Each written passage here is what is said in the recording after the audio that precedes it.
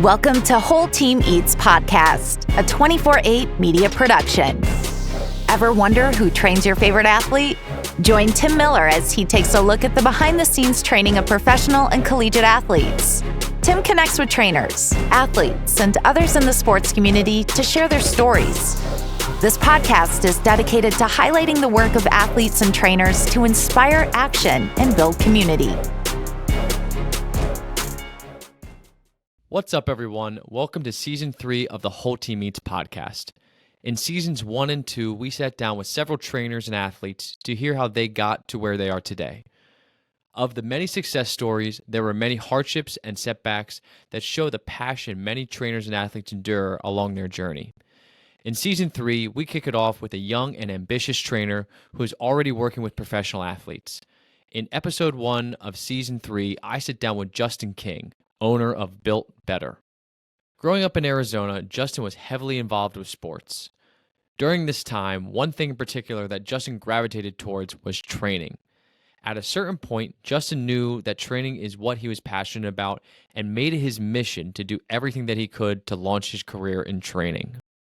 On the show, we discuss how world-renowned trainer Charles Poliquin inspired Justin and how he used him as a mentor to model his training after. After spending years learning under other trainers, Justin took the opportunity to bet on himself and put his knowledge and training philosophies to the test. Built Better is quickly becoming a household name in the training industry. It's my pleasure to introduce Justin King, owner of Built Better, to the show. Justin, welcome. Thanks, man. Pleasure to be on. It's a blessing to know that anyone would want to have me on something like this. So thanks again for reaching out. I'm excited to chat. You're actually the first guest of Season 3 of Whole Team Eats podcast. Oh, let's go. We're pumped. We took a little break there for the summer, but we're back, and now that it's back in season for NFL, a lot of our trainers like yourself who deal with a lot of NFL athletes have a little bit more time to cut out for a podcast. So always enjoy sitting down with trainers, and been wanting to hear your story for quite some time now since we connected in the past year. But where most of my episodes start, and where we're going to start episode 3, much like my prior seasons, is going to just be, can you tell us a little bit about how training has been so far this year in 2023? Yeah, honestly, this has been the best year to date. The day that I don't say that, I think there's an issue. I'm really big into having a growth mindset and always looking for ways to improve things. So now, at least for our NFL guys, we're in that review stage to where we're looking back and going, what was good? What can we change? All the coaches are getting their continuing education and all that, but so that 2024 can be even better. But yeah, this last year, absolutely incredible, man. We made some pretty significant shifts in some of the overarching thoughts behind our training. And definitely it's been the best results that we've gotten. And for us, that's what we're known for. That's what we prioritize as the results. So yeah, it's been really good. Yeah, and we'll take a little bit of a deeper dive into your training in just a second, and why 2023 has been so successful year to date. But to first just take a step back and let our listeners learn more about you as a person, and then obviously how you transitioned into training and where you are today. But could you tell us about your background and where you grew up? Did you play sports, and how that transitioned to where you are now? Yeah, so Arizona born and raised. I growing up was in martial arts, basketball, football, kind of played a little bit of everything. I was never really one to want to perform in front of people. I loved all the things that went on behind closed doors, the work that you had to put in. So I think that's kind of where the love for the gym came in. Initially it was, I remember, I think I was like 12, and I told my mom, I was like, I'm gonna start going to the gym. Like, I need you to get me a UFit membership because I want to have abs by the time I'm 16. So like the chicks love me. So that was like, that was the move at that point in time. And of course that changed. And I think just, I've always kind of had a mindset of, not unhealthy perfection, but finding the best, getting an edge. and yeah, so the love with the gym. And then thankfully very early on I got in with some really good people. I think I want to say since I was 16 I've been doing some sort of like coaching per se, or as much as I could at 16. Worked for a spot that was very Paul Chek based. Through that, made a connection within like 6 months with a guy who was doing a lot of stuff through Charles Poliquin. And the second I heard about Charles's stuff, I was like, I was going all in with him. I think my first seminar, I was probably 17. I was like the youngest dude there. Most of the people were very established strength coaches. And I remember having this thought process of like, I want to bug Charles so much with questions that he can't get me out of his head. And so every seminar that he had over the next like 2 years, I went to. Thankfully, I had family members that were more than happy to help me out with like loans and stuff like that, like basically like I would do for schooling. And so I was going to these seminars that were like 2 to 5 grand, travel out there at like 17, 18, 19 by myself. Like one of the times I drove up to Colorado, it was like 14-hour drive, stayed up there. And yeah, I started doing consults with him. At the time, he was charging $12.50 an hour. Isn't that crazy? Wow. But he, just bugged him and bugged him and bugged him. And then he offered me a job. So that was probably one of the biggest kickoff points. Worked for Charles for like 2 years prior to his passing. Was still based out here in AZ. Worked for Malcolm Gwilliam, Ian Danny, Ben Brown, and just kind of came up the ranks through that. Was constantly trying to grow and broke off. I started my own thing technically in 2019, and we just got our facility beginning of this year. So it's been a really cool journey. And everyone I tell, it's so apparent that God's hand's been on it, man. Like none of this stuff makes sense that it would happen to me. Like God's just opened the right door. So I know I'm in the right place. I know I'm doing the right thing. But yeah, that's kind of the background. And it seems like compared to a lot of the trainers that we speak to, obviously not every trainer is the same. Everybody has a unique story.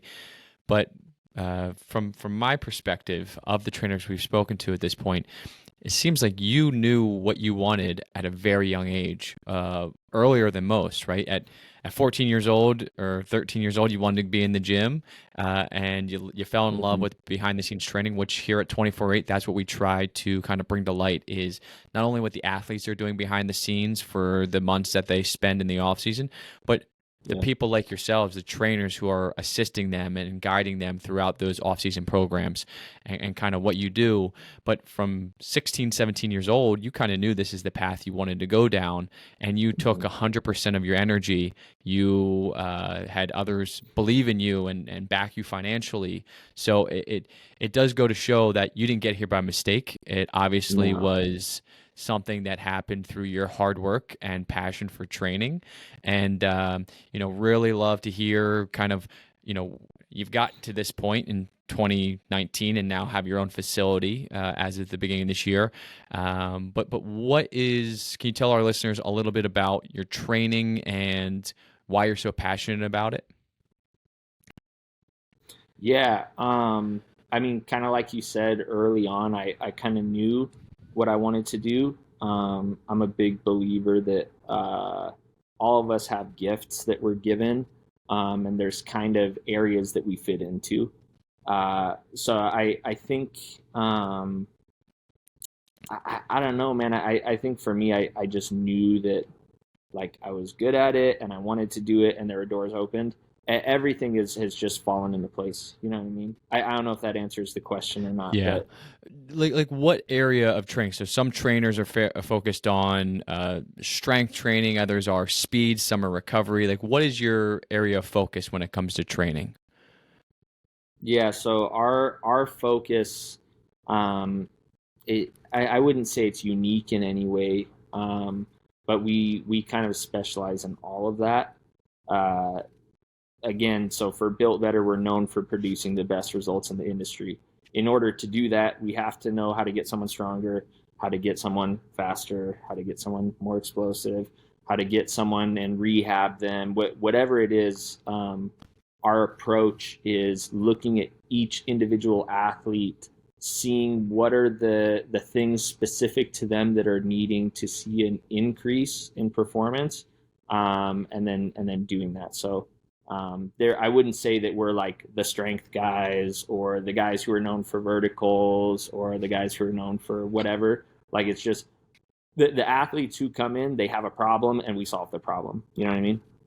Yeah. So you try to be a one-stop shop for athletes, right? So you can build them from the ground up and then, help them for whatever they're dealing with, whether they need to put on some weight in the form of muscle or recover from a certain injury. That is unique from the trainers. Not saying that there's other training spots that don't do that, but a lot do have an area of focus where they specialize in one thing. So it is somewhat unique in the sense where you're a one-stop shop for an athlete can come in and all of their needs are serviced in one spot. Can you tell us what it was like to open up your own facility and get that first client? And for those who don't know and are about to hear from you, what it was like working with your first professional athlete, and how did you get those first professional athletes? How did you gain exposure to them? Can you guys take us through the progression of, you had all these mentors that you already mentioned, but how did you actually go from learning from them to actually opening up your own facility, gaining clients, and gaining professional athletes? Yeah, so starting from way back, I think the easiest way to put it is I was in the back seat for a while. Like, I wasn't the driver. I was there as a tool to help fuel other people's dreams of their facilities, their training philosophies, which is totally fine. If anything, I think that's one of the best things that a young coach can do is go and learn from someone. And then eventually, when you have a big enough understanding of what they're doing, you can keep what's useful, discard what's not. But yeah, so through that, again, I've worked at a few different spots. Through those spots, I got to work with some pro guys, especially with Ian Danny. I got to work with quite a few football guys, especially over there. From starting my own thing, frankly, I failed the first time I did it. When I broke off, I used to compete in classic physique. And I was in the middle of a prep. So like, you're getting down to like 4% body fat. Like, you just feel like death. And that's when I tried to start the business the first time. And it didn't go well. And thankfully I had some online clients, and I was able to find like some 1099 coaching work. But anyways, the second time when it picked up, for getting the first client, like, it was something that Charles always said is, every client, you have to like just prioritize the result. You know what I mean? So even now to this day, when we have, I can't even tell you how many clients we have between online and in person. But even now, every single client that's here, their result that they're wanting to achieve has to be the priority. You know what I mean? So when the first client who came in, I think it might have been this gal Bernie. Do you know the brand Vitargo? I do not know. Powder company. Yeah, so Vitargo. She owns Vitargo. She was at the time probably mid-50s, busy business owner who's a mom. Had a really bad back injury. She came to me and she wanted to. It was kind of an outlandish goal, but she was like, I want to get back to the physique that I had when I was in my mid-20s and I was competing in physique competitions. And like, I was like, okay, like, that's like 30 years from then, but let's do it. And we ended up doing it and surpassing it.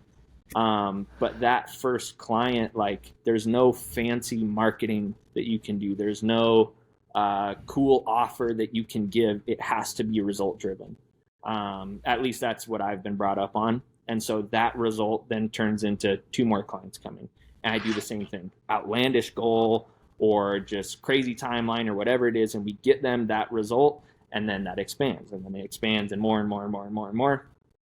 And now we are where we are today in terms of the the pro athletes, with the places that I had worked, obviously you make connections, you network with these guys. You have to be respectful, of course, to not like poach clients or anything like that when you leave spots like that, regardless of whatever relationships you have. But the first guy that I had, technically there were some guys outside of the NFL that I had worked with, specifically in wrestling for Team USA. But the first NFL guy, we'll stay on that subject, Jalen Thompson. I'd worked with him a few off seasons at Ian Danny's spot, and we were pretty tight. And I remember he'd texted me, he was like, "Yo, really excited to get back in and start working." I was like, "No, man, like I'm doing my own thing, but you're gonna have a great off season. Like, get back in there at Performance Enhancement Professionals is what it's called. Get back in there, go do your thing, man." And he's like, "No, like I want to train with you, not that, whatever, you know what I mean?" So we went through a very respectful process to make sure nothing bad came of it. But again, same exact thing as the Gen Pop. He came in, he had outlandish goals of like, "Yo, I wanna do this next year. I want to do this. I want to do this." And from that, he last year, for example, he was the only player on defense to start every game. No injuries. Everyone else on the Cardinals was injured and out. That first off season, we added 8.6 inches to his vertical. And I'm not BSing at all. Like, absolutely insane the results that we've gotten with him. And it's the same thing. We take a guy like that, we prioritize the result, we pour out our heart and souls into him, and then the next year 2 or 3 guys come because they're like, "Oh my gosh, like what is Jalen doing? Like, why is he blowing dudes out the water and why is he not injured?" A couple more guys come in, you prioritize the result. And then now we are where we are. We've worked with NFL athletes from 27 teams, NHL, MLB, UFC, Olympic athletes. We've got a gold medalist high jumper right now, and we're starting to get a niche of high jumpers, which is kind of interesting. And then the UFC world tapping into that, and then there's everything else with volleyball, jiu-jitsu, like a big spread of sports. And it's all just looking at each individual athlete for who they are, what they need specific to their sport, and then prioritizing it. And then the result is the best marketing you could ever have. Yeah, you hit the nail on the head, right? The results is all the marketing that you need because the results speak for themselves. And it really sounds like it's just a snowball effect, right? You have a process in place, athletes come in, they tell you what they want, and you achieve that goal or help them achieve that goal. And the results speak for themselves, whether it's gaining weight or increasing their vertical or staying injury free. Everybody's got their own kind of thing of what they're looking to do and why they're coming in for a specific need. Question though, and it sounds like you've gone into a bunch of different sports and your business has taken off because of it, but when you say outlandish requests from clients and saying, "Oh, I want to do X or this," or whatever that outlandish request is, when you had your first client who's in her mid-50s wanting to look like she was in her mid-20s, do you ever tell a client that that's a little bit too outlandish or not possible at this point? You definitely don't want to blow smoke up their ass, but excuse my French. But you do want to kind of reel them into what's a realistic expectation, but you also have to be aware of what the client responds well to. So I don't know if you're familiar with Gretchen Rubin, but she has a book called 4 Personality Types. So mixing that and mixing the Braverman assessment, which gives us a rundown of what neurotransmitters they're dominant in, it gives us a really, really good understanding of what an athlete responds well to. So like a Buda Baker, for example, when he comes in and he's like, "I want to hit linemen and I want to this and that, like all these aggressive things." Like, one, I believe he can do it, but let's say it was someone that was like that might be a little far out there, dude. Like, but they had the same personality as him. You cannot tell that athlete like, "No, like, come on, reel it back in." They're like, they want someone to believe in them. They want someone to kind of fuel it. And again, you don't have to BS them, but there may be another client to where the best thing for them is to give them a realistic expectation, because if they think they're going to come in and add 8 inches to their vertical like Jalen did in an off season, but they're not as genetically gifted, or they don't have the time or the resources or whatever it is, and it's going to be more like 4 inches to their vertical. You don't want to make them feel like they failed. Successes build successes. And there's even physiological things with that you have a success, it increases your androgens, like your testosterone, DHEA. Then you have another success, and it bumps that up again. And then you're in a position to where everything is just thriving. You know what I mean? Like, so you need to know how to work with the right person and what motivates them.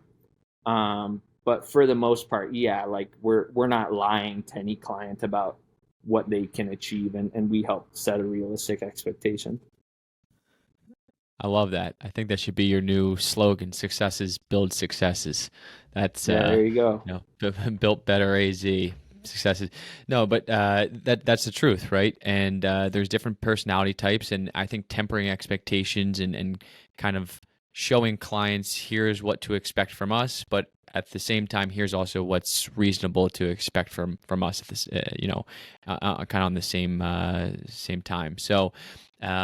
We've talked about a lot of your success. Obviously, one thing you mentioned was that you didn't hit the ground running the first time you tried it, right? There was some roadblocks.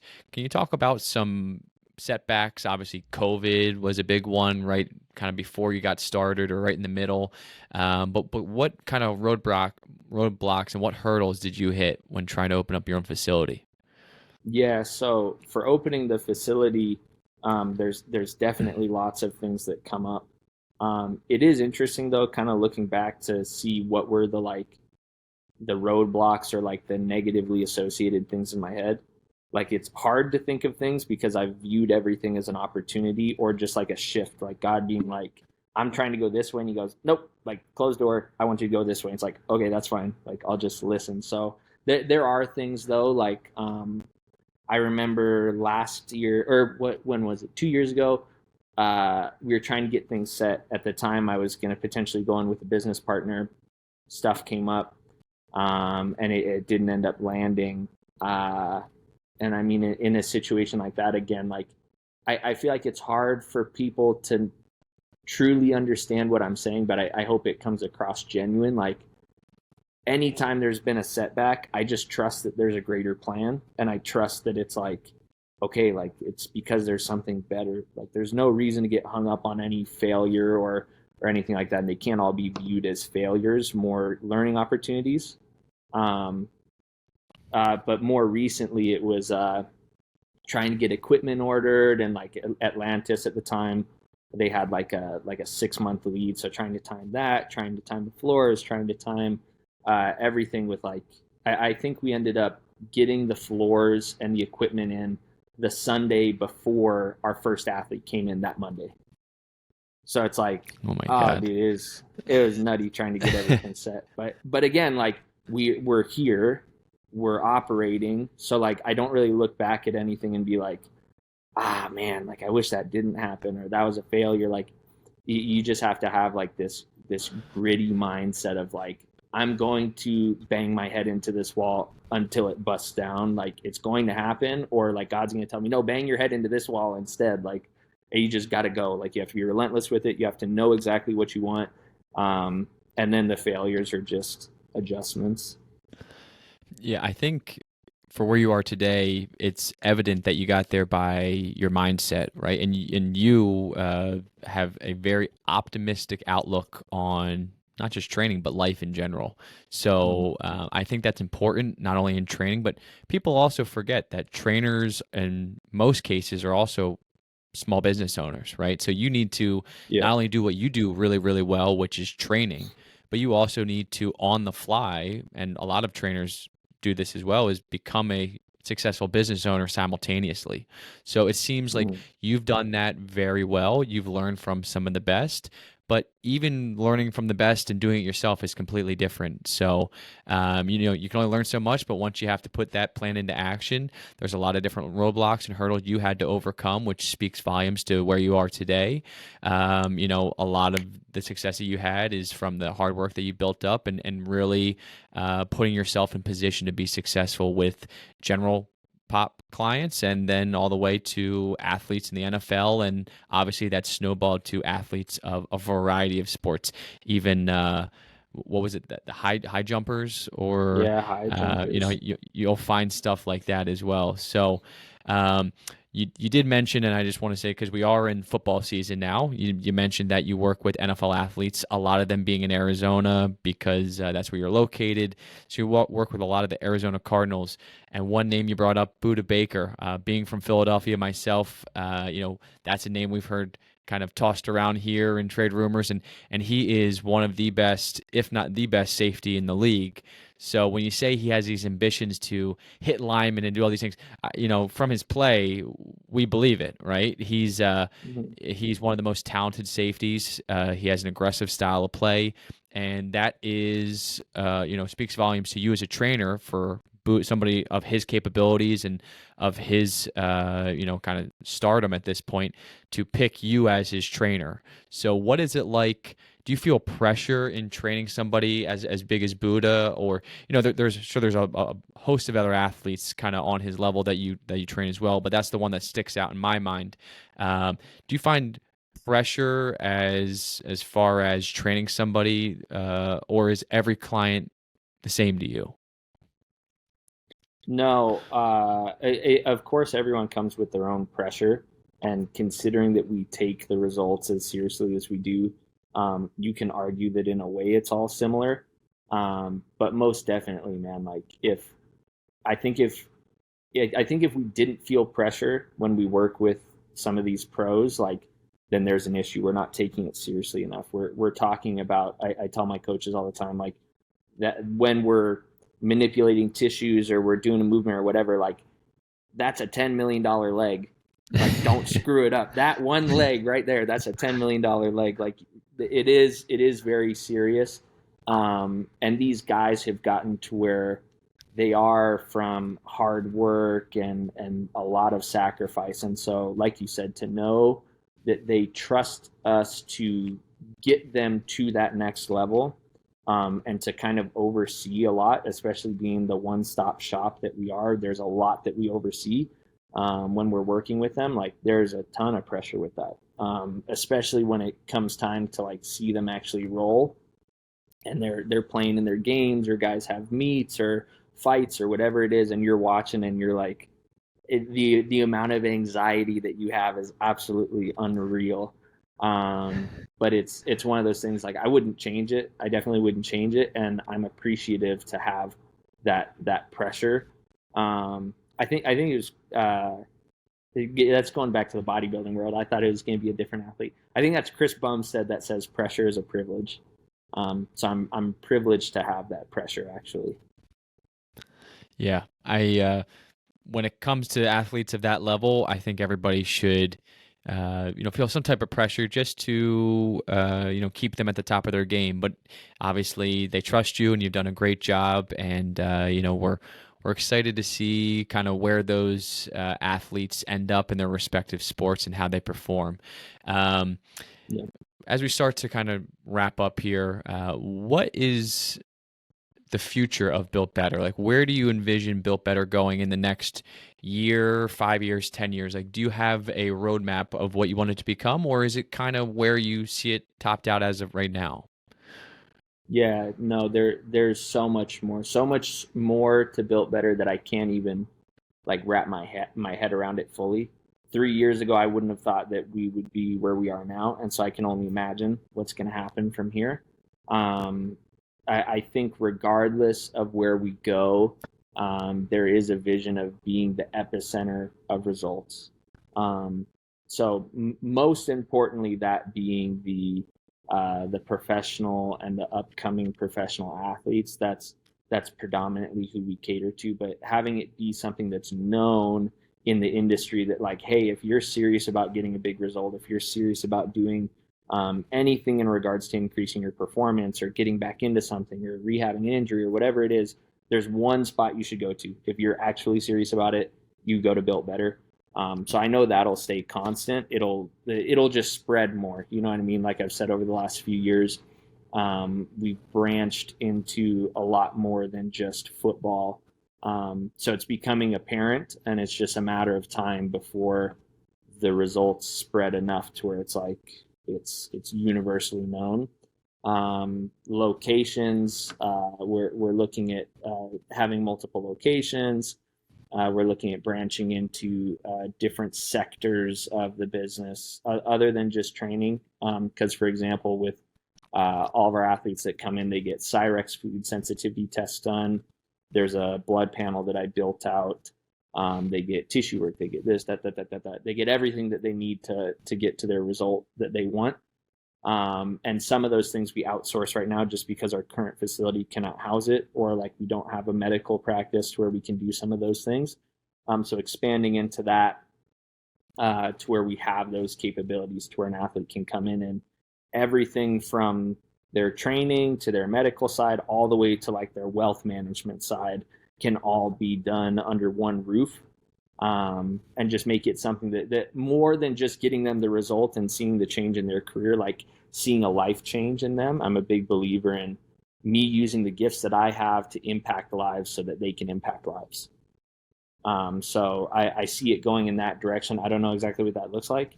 I have ideas. We have plans that are kind of set out, but I'm very much so not the driver of this thing. I'm just kind of listening and seeing where I'm called. Yeah, and I think you'll know, and if it's any indication of what's gotten you here, we're excited to see where it goes as well, because it's become a great facility in very short time. So you're right. In the next 3 to 5 years, the possibilities are endless. And one last question I'd like to kind of wrap up with is, you've come a long way. You've gone through a lot of different obstacles and hurdles to get where you are today. What advice would you give to your younger self, and would you change anything about your journey? I wouldn't change anything. I definitely think to my younger self, I would say trust the process. Now where I'm at, I'm so like throw care to the wind because I know who's in charge of everything. But then it was like, oh my gosh, like how am I gonna pay back this $2,000 loan for a Charles seminar? And oh my gosh, all of our NHL guys just left, and now I only have 10 sessions a week. Like, how am I gonna put food on the table for my wife and I? Like, I just trust the process. There's so many times where I was stressed and anxiety filled, and it was all just because I'm holding on and trying to control it. But I think as long as you're looking in the right direction and you're relentless with your passion for what you're trying to do, and you're willing to put in the hard work, it'll end up coming through. It's not to say there's not sacrifice and there's not obstacles and changes in your course, but as long as those things are in place and as long as that's good, there's no reason to really worry and stress about it. Well, it was great hearing your story. I think everything that you've had to overcome was a opportunity to learn and redirect your focus and attention. So, it was great to have you on, and we're excited to hear where Built Better goes from here, whether that's expanding to locations or bringing more services in-house. We'll certainly keep up to date and keep our listeners and followers up to date as well. So, once again, Justin King, owner of Built Better. Justin, it was a pleasure. Yeah, pleasure's all mine, Tim. Appreciate you.